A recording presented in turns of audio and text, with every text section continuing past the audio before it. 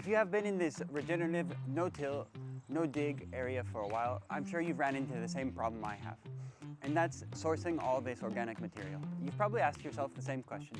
Where are you going to get all this organic material? My name is Eric. I'm going to take you along for this journey as I try to convert this lot into a no-dig, no-till market garden. I don't have a lot of resources. I try not to bring in things from far away. I'm on a budget, but I do have one thing in favor, and that's that this land is in our family.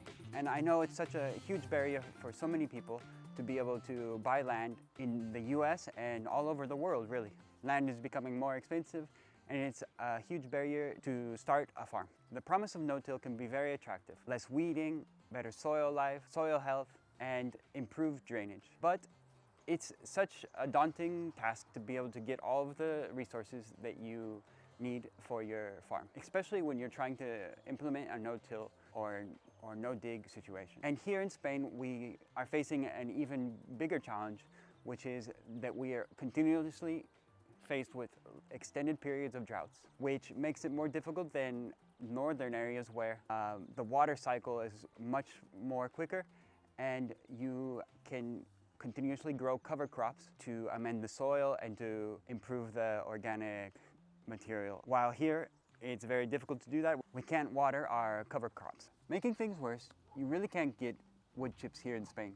Municipal composting is just getting started, and it's not very easy to source. You can source compost from outside, but for me, I think making your own compost is the best thing you can do in the garden. Also, you could get a donkey, a horse. What I recommend is do whatever you can to invest in your soil. Get that mentality that you have to get as much organic material as you can using the most responsible means you have at hand. Take it from me, it's worth every penny to invest in your soil. Right from the beginning, I've been trying to improve my soil by making my own compost, but we are only 3 families that are participating now, and it's really difficult to make enough compost for your whole lot. I work with a cafe to collect coffee grounds and also orange peels, but still, it seems like it's never enough. You would have to have a whole army of people collecting waste from your local city to be able to have enough. Really, I hardly have enough time to take care of my own garden right now. But among all of those resources, I still can't manage to make enough of this brown gold. If you're just getting started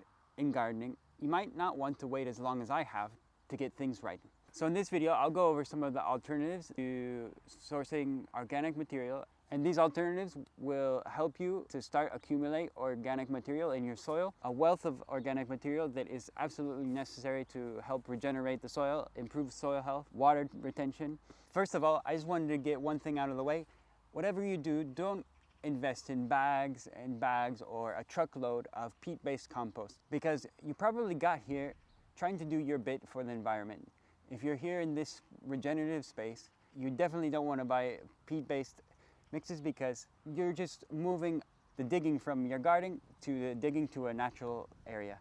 And that's something that we definitely don't want to do, because peat bogs, peatlands, and natural wetlands take thousands of years to generate this peat. It's such a valuable natural resource that we should be protecting all over the world. There's plenty of sources of organic material in our world. It's just sometimes it's not established the circular economy to be able to take full advantage of these systems yet. If you can't get the material, just till the way that you've always done. It's much better than sourcing peat from far away, just in the name of no-dig. I use this thatching grass here to mulch my pathways. It keeps our soil cool in the intense heat summer here in Spain, and it also helps retain moisture and improves the soil life down below. Our clay soil becomes incredibly compact if it dries out, so it's very important to keep it covered. Like I said, it's the internal battle of always trying to get enough organic material. This fall I used the clippings from my lawnmower to mulch this bed and grow garlic here. It's another alternative you can use when you don't have enough compost to do your whole bed. And you can see the soil is quite loose still.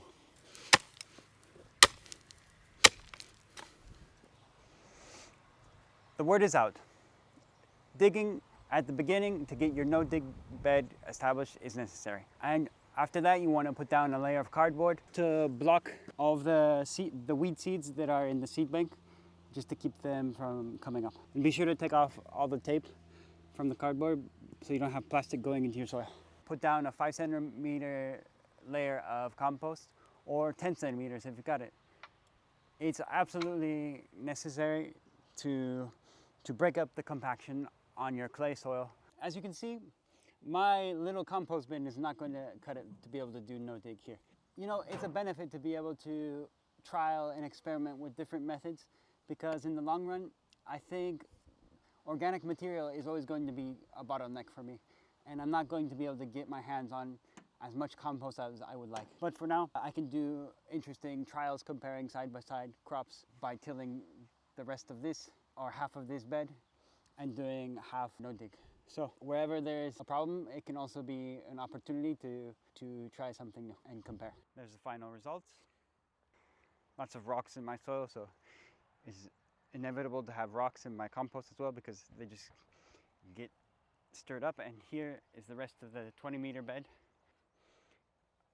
20 meters long by 120 centimeters wide. You see here up at the top of our land, you can still see signs of the last time the tractor passed by here. And if you leave the land to regenerate by itself by natural means, it really takes a long time. And this was 5-6 years ago, and you can still see the scars on the land. It's still in the process of regenerating itself. Later we'll go down to the bottom and see where it's a bit faster, the process, because that's where the water cycle is strongest, and a lot of water ends up down at the bottom of the land. So here at the bottom of our land, you can see that the water cycle is much quicker, and you have also a lot of cover that are helping retain moisture and water in the soil. I planted alfalfa, or my neighbor planted alfalfa for his goats a long time ago, and it's still here helping mulch the soil. Down here at the very bottom, there's already a great cover on the soil that protects it throughout the year, and it maintains quite moist. We have a lot of volunteer trees coming up because of the water cycle, I suppose. Here, olive trees, mulberry trees. So from one point of the land to another, regeneration is happening at different speeds. While we're not ready to put this part of the land into production yet for our market garden, if we ever do get to this point, this part of the land will be covered in mulch, and it's slowly helping increase organic material in the soil so that when we do get here, we'll have a good quality soil to work with. Like every gardener, there's tons of obstacles to overcome. Organic material is just one of the factors. Here, I'll be trying to work with the resources I have, fighting drought, eventually to start to sell to my community vegetables and work with the fluxes of tourism that we have here in Península. It's a wonderful opportunity to start a market garden, no matter if you're trying to do this professionally or if you're just getting started out as a home grower. You're always going to encounter obstacles along the way. And my best recommendation is work with what you've got to do what you can in your garden. All right, so now I've finished preparing my first no-dig bed with the little compost that I have. I was able to do this small little area. As I said, it's really tough to get enough compost for small operations like myself that are just getting started. Maybe we don't have the capital. I'm sure as a gardener or a market farmer that's just starting up, many of you are facing the same problems that I am with sourcing material and maybe just getting to know the local context, where to get this material at scale, and also having the budget to do it. My philosophy is start small, work with what you've got. It can also serve as a learning experience to know what kind of systems you want to put into place. I think in the long run, I'm pretty sure I want to put in no dig system because of the efficiency systems that go along with it. Over the long term, you can drastically reduce bed preparation, the benefits for weeding, soil health, and so many other things in the context of a market garden outweigh tillage methods. One of the benefits of doing it like this, where I don't have enough material at first, is that I have a direct side-by-side comparison with tillage methods. I won't be able to do this whole 20-meter bed because I don't have enough material. I'll be digging on the other part of it.